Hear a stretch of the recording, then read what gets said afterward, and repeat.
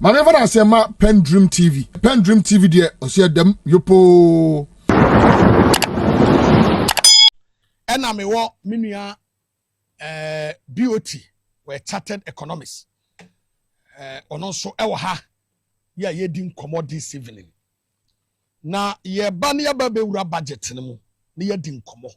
Seriously, ye bebo adwadifo, ye ebebo akuafo, ye bebo all sectors ni nyina ewo ha. Na eka 721.7 billion ena aban eja to etire ya ye babetua enkomo no mo hwam dodo ene cocoa board eka wo ho all sectors obi adeka ye wo se yedi nkomo iti ye be ba mu na yawura akomabo sika budget no ni yawuram ni ya start te enkomodie no bioti sha se afiri wo so ye flow ohene ba ma mentia one be poso hima. Okay. Ene minya daji hwe minua ba be poso hima live and sana obe show na se. Aha. Na ma mentia minua panyi national chairman of PNC so ene wa born red. To be very honest. Ene 4 major events na si wo Ghana. Ene 4 solid major events. Ma mentia Ghana for ni chicho ni NDC for nyina. Mamincha His Excellency John Dramani Mahama na bedi etri. Na macha national chairman any obibi or part of the NDC fraternity. NDC has become so attractive to the point say first time since 1992 after budget reading no Ashanti region attending more greener. Wow. Obviously in Quebec say oh Asante mind there the NDC crash so ma enko. But after 11th of March, our budget reading happened here, and so we did the ways are a blue noir. I am pretty sure very much more people will join the NDC. And then, everybody share Madame Fubia, no, yeah, CEO and the NPP. Okay. No, chief executive, also one of the prominent organizations. Okay. And then we share our bank, and I can say, you say, BOT.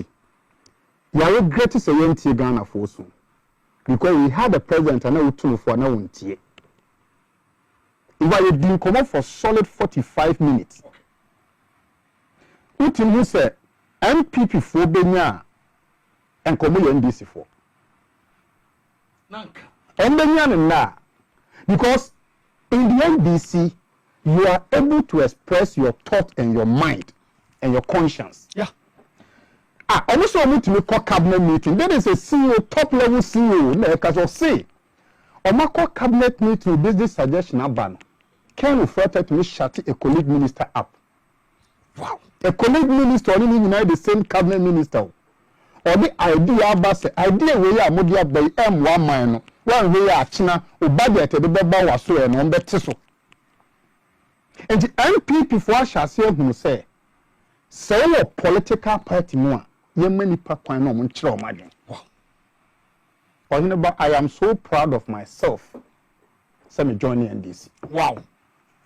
Because the reasons are obvious. State Interest and Governance Authority meeting course. Of course. The case state and government meeting here. All state-owned enterprise joint venture ship buying was take shares woman. And then mampani no mu share no catch almost. Any state-owned enterprise, I be book a nyansa minimum. And your money and Sunday busy. In that so be major, or be tall, and out of big. Yeah, straight. And you see a casse. Who are also be a sound. I mean, I made it. You made him put your whoso because you do not coffee. You go no, and you the private sector. No can send you so say. Any state so Alabama minor bucket to say you see Jimmy Coco Bonnet Bank of Ghana no. Obe make sure say be prosecute too. No, enti any business as usual. Or nobody talks to you know. And the Bank of Ghana board members yes so in. Into call Bank of Ghana now, it is now fully constituted. Okay. Now the Bank of Ghana who here our mind be to say Ghana and say so can Ghana constitution article 183 a whole Bank of Ghana jumadi. Okay. na the Bank of Ghana dwumadie edi mu ni se eba sikasem ntoto e won krabata kese mienu ye wo the monetary policy and the fiscal policy. Okay. Fiscal policy ni ye finance minister na said ye. And the fiscal policy ni be again so budget to obe spend it to no oberu home counter and no your daughter Kislato force na said ye. Okay. Why yes then you come to the monetary policy regime of the government e hono and on the chere kwan aban fa so to sika tonska te said the na wo koma lata kejetie sunwan kumasi techi my marketer ukoton toast ne bayere no ye wo sika dwaman so a ye to sika tonska ye follow the financial market. And financial market no say both money and capital market. Sa dwumadie kese ni nyina de si nanso ye the governor of the Bank of Ghana. Onu ba in fact South Ghana constitution we ya makan more than 20 times. The only organization in Ghana any CEO sign your board chairman at the Bank of Ghana.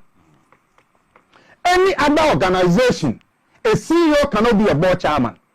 But the Bank of Ghana and Kwano, the governor of the Bank of Ghana, who is the CEO of the Bank of Ghana, is also the board chairman.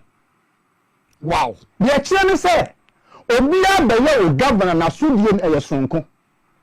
And in Tina governor be to say this. No Bayo governor. Otini Kasiko over 60 billion. Na Bank of Ghana boka around 4 billion wa kwatene fie no de no. Ya anya no hwe. Otini the Bank of Ghana headquarters Emma say Osha say first na kanam $88 million. Yeah. Eko $1.2 million.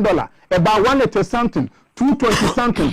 About the $261 million. Enti na Abraham Mpenyo be de chi so Bank of Ghana governors ni okachro mo say e was say no buoba Bank of Ghana. And in fact, Bank of Ghana ni hu tumi so twesi ka bo onko di tumi free parliament. Wow. And the kufu do pension kwa na Bank of Ghana tumi so one day. O twesi ko over 22 billion no parliamentary approval. The trato IGP damper ne this measure. Yeah. And nsuo na eto na emuna minimbe minye meteorological service worker, but I realize say you do ya say nsuo na eto. Yeah. Look, manya akwanya abra wo ye sure na yete hey. A lot of police officers were chatting me. Yeah. Look, there's joy and momentum in the police service. Let me tell you one thing I saw about Dampare. Publicly, Ojani Niyama say, oh, Obroni Nwase, Mefo Joe. But inwardly in-house, the police officers were not happy. And let me tell you, in the space of 3 days, so two fundamental Niyama esi wa Ghana, ama Ghana for abedo NDC, Niyama Mienu. The 2025 fiscal year budget and the sacking of Dampare. Perfect. Sena Udia Opa or Chinayemia Soviet. Now the Soviet must happen within the Ghana Police Service. Yenyanum NDC for the Mamma say, oh, Nanka was said down Paratina Hono, Obia and Ninu Yansan, the national security architecture of the government. Me and the know what to say. You know, say, yeah, ting. But the president and the people advising him know better than we do. Thank you. And to damp away, I started in so a man so cry talk. Ahuru ne boni nyina So talk. And we will be COP you letter no. Yes, say. I'm making sure that there should be transformation and modernization. Well, look, for me, if there were any two decisions made for the past 3 days, I'm NDC, aya kono, the moment to makosra, aban papa budget kan ya ne, so NPP for they are finding it so tough to believe say it's coming from the NDC. For the very first time, other sister station Accra FM said, budget aya kind of was say a friend of Fosonomis budget. And on saying, you cast a Fosonomis budget be our kind of a financial tool of a government. And don't mean kind budget around fat to forma. About be our kind budget, then you introduce new taxes. And I want to challenge the NPP say, this is the only budget aya kanya or there's no new taxes. No, zero. They do have you. Yan sanso kura eliminate other taxes. Yeah. And yan budget we know a craft 5 major features a man yes from. Number 1, a forward looking. Budget may dream the next 20, 30, 40, 50 years. Professor Hank Ewa Butri was 30 said the Cocoa Board of Ghana is a financial crime scene. Cocoa Board of Ghana, a crime scene and NPP. And now we know what I say no. Yeah, the Cocoa Board of Ministry of Finance, I say, because finance ministry may come over some to Cocoa. Yeah. Until was a near day, it will be. Number 2, the budget is very progressive. Very, very progressive. Because only Sauba taxes are a 2 year no. And when Krabata hold on, it is either proportional, regressive, or progressive. You can't say tax be a regressive. A punishment here for Mexico for the E-levy. Example. Mamen fa edumawura owura Honorable Julo Debra. Mamen fa ni say 1 length. Mamen fa bewu e mu kro mu kwetira de ntiensi mi sabe nkum. Mamen fa Honorable Julo nsi mi sanifa. Say Honorable Julius send 5,000 na mo bi. No try E-levy of 50 Ghana cedis enkano. Ready. But abewu na wo mi kro send ba university. Now send it 2,000 mano. Now catch and so try E-levy of 20 Ghana cedis. So 20 Ghana no, it will back on my 2 days. Oh, see. And to E-levy a 2 year a purely regressive. And not a year for a chill. But only to say a regular job, so try E-levy 55,000 Ghana cedis. I said they walk to your boss, not taxon, and cannot. Yeah. Because a proportional taxa will be virtually the same. And you say, oh, Kakane, Toyota Yaris, and you pick up no do toll booter. So long as a Toyota Yaris, no, every saloon car you pay the same as a proportional tax. Yeah. And now your progressive tax. Progressive tax, let me say, a 12 amount for 2 years, I throw no betuano. May here phone track it to a Mexico phone track. Okay. Now, say NDC Social Democratic Party, Tino. And was set to be our sister, may here for hotel. And to look about the time by ya, a 2 year woman here for no. Ya clear 24. Okay. Number 1, ya COVID-19. And the internet, let me be or take Bonobon East Ahafo, Northern Region Northeast, Savannah. COVID the Belgium. But we said 4 years after COVID Belgium. So here meaning concentrate COVID-19. It doesn't make economic sense. It's gone. Betting tax. On number 1, you be was a bonacron. Ghana Madunu created a grandma. Baby, so met me for no cobo chrono, bet me attack betting. No, maybe so. What's the national tax? NDC advance and say socialist in Tino. Progressively, ya clear for her. Number 3, the budget is developmentally oriented. A being to Jumaho. The kind. Abrana NPP wa Baimono. We have to be friend capping policy by. Capping policy, they say. Capping alignment. You can't say capping. They say the washer would you know. Into Tina Hono. You can bet to Marcos, but wash a charmer, Utina flatten. Into say NPP abandoned to get fund, Esla heritage fund. 20 years better than 20 years. It's a sort of 20 corner, and was a 20 corner. Or say there be 60% of 20 margin. Can you flat at home? After 40% to call. Abandia no, he no be capital toward Geno. Umat me for Chilomo. NDC abanse there be a female corner. We are going to uncap every tax I budget. And to get fund. Whatever fund the Biana NDC aban budget. Say your health insurance levy, say your get fund, say your road fund no. You give to say the year choir. A 20 baby be a echo. Number 4. We no. Me fabi and count. All right. Capping no. Right. Was stating say. Okay. Any sikabia ye budget. Right. Under this act, no, 25% of the said, you know, tax will be capped. Will be capped. Now, mammy really baby are now obe capo. Thank you. Obe capo 25% from National Health Insurance. Health insurance. Fund. Okay. Until wait. Yeah. Until about health. How about 25%? 25%. Okay. Ghana Education Trust Fund. Education. Yeah.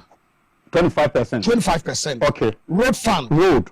25%. Energy Fund. Energy. Yeah. 25%. District Assembly Common Fund. DACF. Yeah. 25%. But we know on Monday no call court. Okay. Ama Odifo. Okay. Inti one cape. Ma on the Bamian Chimney telephone Tiasi. Wait, just say. Abra NPP aban was so. Yeah. Now Odito saw the bar the Sayaria Pomodea. Yeah. Odito 100 Ghana was a Costa Pomodeno. Now what team 25% are token for what I saw. Yeah. Number 2. Odito saw the crack of bomb Mumasia. Now what team 25 said that this out already a centralize it. Number 3. Odito saw the Korea coin pothole patches dualization. Now what 25%. Yeah. Number 5, energy sector. Sure. And it's a Orlando boy game was number 5. Mami for the can also. Right. It is this Assembly Common Fund ye free. Okay. Internally generated fund. IGF retention. Okay. And 25%. 25%. Transfers to Ghana National Petroleum Corporation. Okay. From petroleum revenue. Okay. 25%. Okay. Youth Employment Agency. Okay.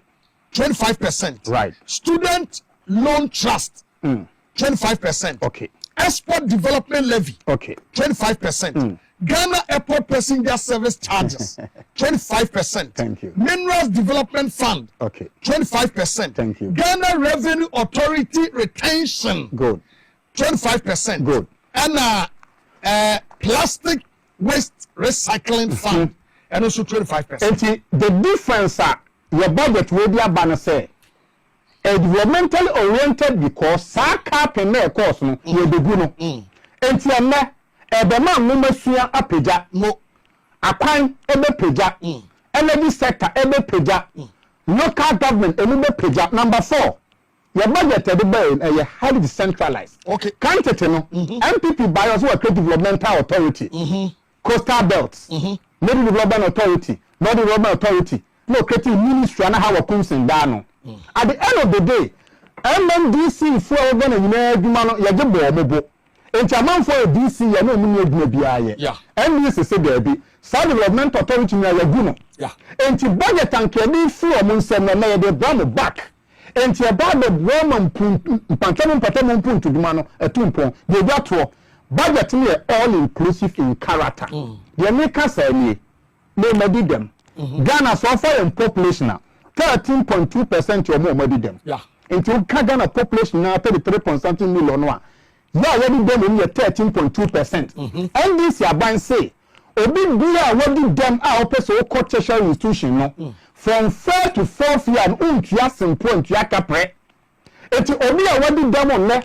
As Sikani and who change in Kawanchian tertiary institution no. Budget here NDC a job no. Be mad them before come to school more.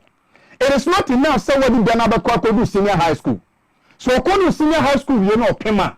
What is the next step? And to budget here abeno, Obi Bia what did them? I share me neno. Say 2028 over to Aba. Can you say since 1992, the first political party in Ghana. I agree say no maybe demonstration ko university here. No ko tertiary NDC. Maybe hope you and you will be to free SHS now pass it all right. Yeah. But pass it free SHS you are. Admission fee make you from the first year no. Demano. NDC aban say from 2025 goal you know. Obi be a be tertiary.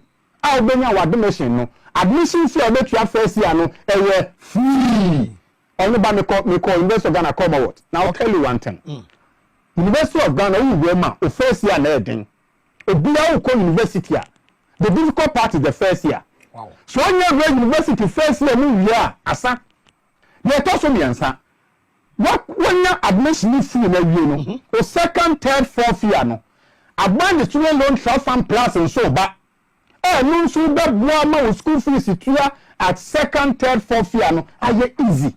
Many of you all inclusive. Obi ono so antiyan ko school no chi sanu juma. Yeah. National apprenticeship program and also ba. And to find say went to university. Well, we need them. But person so sanu juma. Yeah. And this aban say national bring 300 million Ghana cedi into that. They are also 9 coding program. Yeah. Today the world is on the shoulders of ICT. It's no ICT yamu then NDC say we allocating 100 million Ghana cedi for coding program. They are also a policy. Yeah. And you be a bit my abanduma. If you are a person entrepreneur, a business owner. And this is say, look, or be a person who is a businessman or woman at a young age, you know, you are allocating 100 million Ghana cedi for a Juma policy. They are just here. National Women Development Bank. Sure. Look, I've said and I'll repeat it. So what we take out for Mahawa, what's solving the problem of the country? NDC Bank say National Women Development Bank they can manifesto no more. Nyankopon yadma by end of 2025 no eba life. So can you remember we bomwa? The budget is forward-looking, progressive, developmentally oriented, decentralized, and all-inclusive in character. Okay. May and ama union NPP for so far now. Atansi. Now, one who says, finance minister now try to engage the people, have an interface with the people.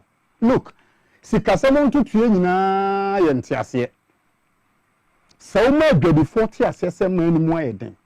But you more about so for the next 10 months, they will agree. Okay. I'm a practical example. Abroad na employment ministry ni fair wages a negotiation no. The movie and say man penia court na movie. When the president went, I'm talking about His Excellency John Dramani Mahama. Omomoti say look, say si kasama ya ba betu say no. It doesn't look too good. And to money this base increment of this percentage. Yeah.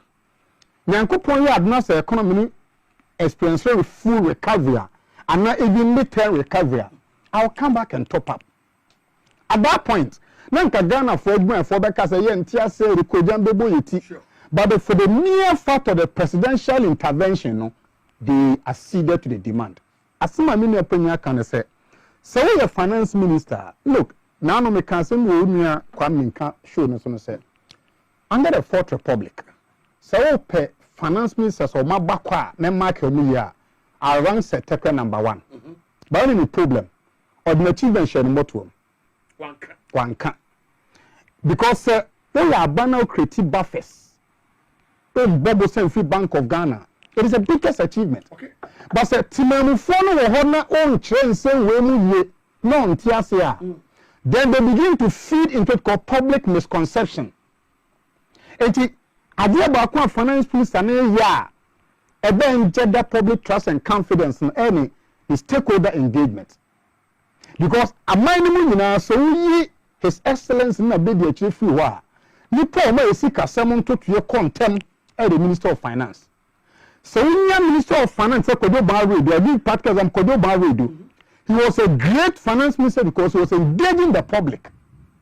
Now Kodo Barredo will be a general. A week to the budget reading, a week to cabinet approval.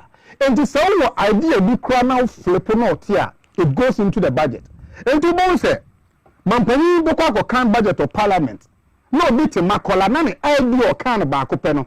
Now found favor in the budget. It then become the people's budget. But so what can for Riata? Our car statutory funds. Yeah. Or you saw your prime minister. Or you saw no one be NPP bar power. Such a finance minister will have a very intransigent posture. But I can tell you, Opa check historically, NDC finance minister be a moderate. Check. Kwesiboke, Kwampapa, Kwabrando 4. You check all of them. Say take down the link to Dr. Keslato Forsen. Now the amount Dr. Keslato Forsen, the only difference is say he has no reason to fail. You know why? No. Or your accountant, or a fiscal economist, or a tax practitioner, or a PhD holder in public finance, or the eco parliamenter, being in parliament for 16 solid years, while ranking member in parliamentary finance committee. Why minority leader? Into institutional memory. I know we are majority leader. Precisely. From minority leader to majority leader. And the Oyobia, Obano, legislative angler, he's been through the thread. Obano, professional angle, so a blend of these two capacity of Dr. Keslato Forsen should never let him fail. Now, Sadia Washa and so on, there's something I'm beginning to see. One will say, Oko Porter, Abambia o tasso for more no a pam in Mokofu Maimo. Any government, and this is across whether Europe, Asia, everywhere, North and South America. Any government that begin to tax the businesses in your country, no, they will fold up and leave your country. I take you to last year. That's the reason why big Precisely. Because every businessman want to make economic rent called supernormal profit. Business entity do all your own thing breaking even and not making profit. You know?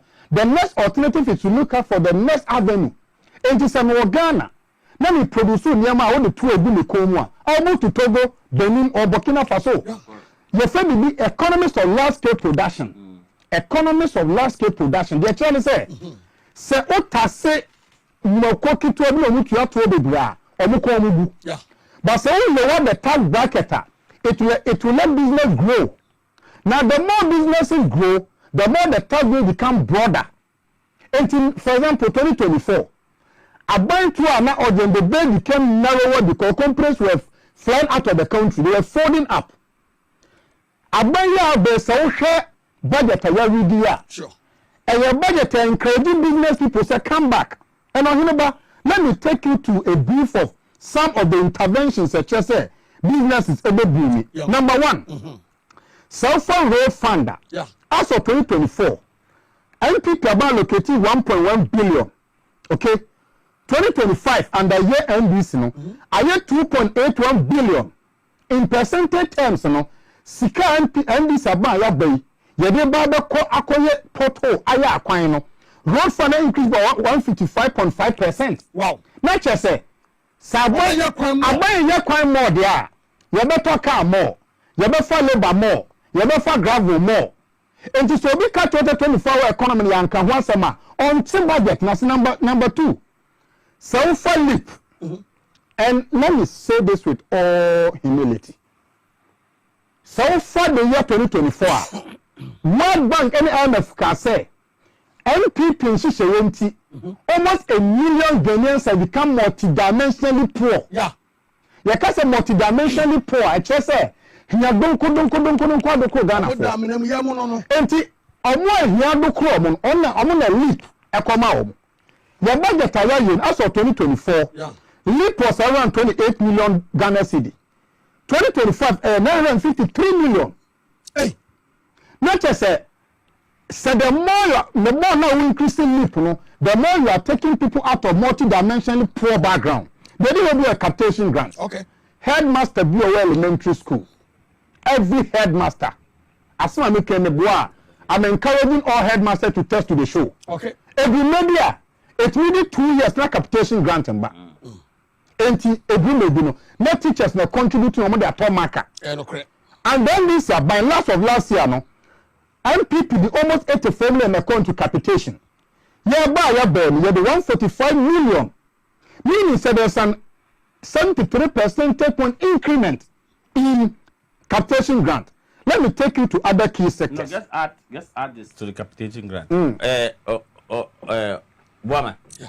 So when him say first no, yes, secondary schools no. Right. On pay duania. You see buffer stock will supply. Yeah. Buffer stock take Accra hayo. But me secondary school am koye, bokus in the secondary school. Abani bosika to ho. Or this aska no, or the boko commerce schools no. So that headmaster and the management team and the matron say and then number vector bosa. After never five person cargo from Accra. Eko bokusek. Ebe do na be there. I say. But obeto ko to or Garu area, Koinasu Manga area, you do vegetables no. Na omoye koine fe quality soup for Ngulano. Sebe yama. After never for yam no tichima. Ana Accra warehouse. Eko boko be do na here na e press mboa. Yama omboko boku market. Ana Zeblo market. Boko ko to. This is local economics.